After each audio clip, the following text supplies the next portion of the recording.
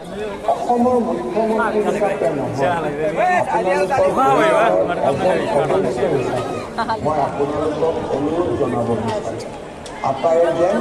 যান বাহনৰ শূন্য বেগ পৰিহাৰ কৰে, পথৰ নীতি নিৰ্দেশনা সঠিকভাৱে মানি চলে আৰু তাকে কৰি নিজৰ লগতে আনৰো জীৱন সুৰক্ষিত কৰিছে। আহক আমি সকলোৱে মিলি এখন দুৰ্ঘটনামুক্ত অসম গঢ়ি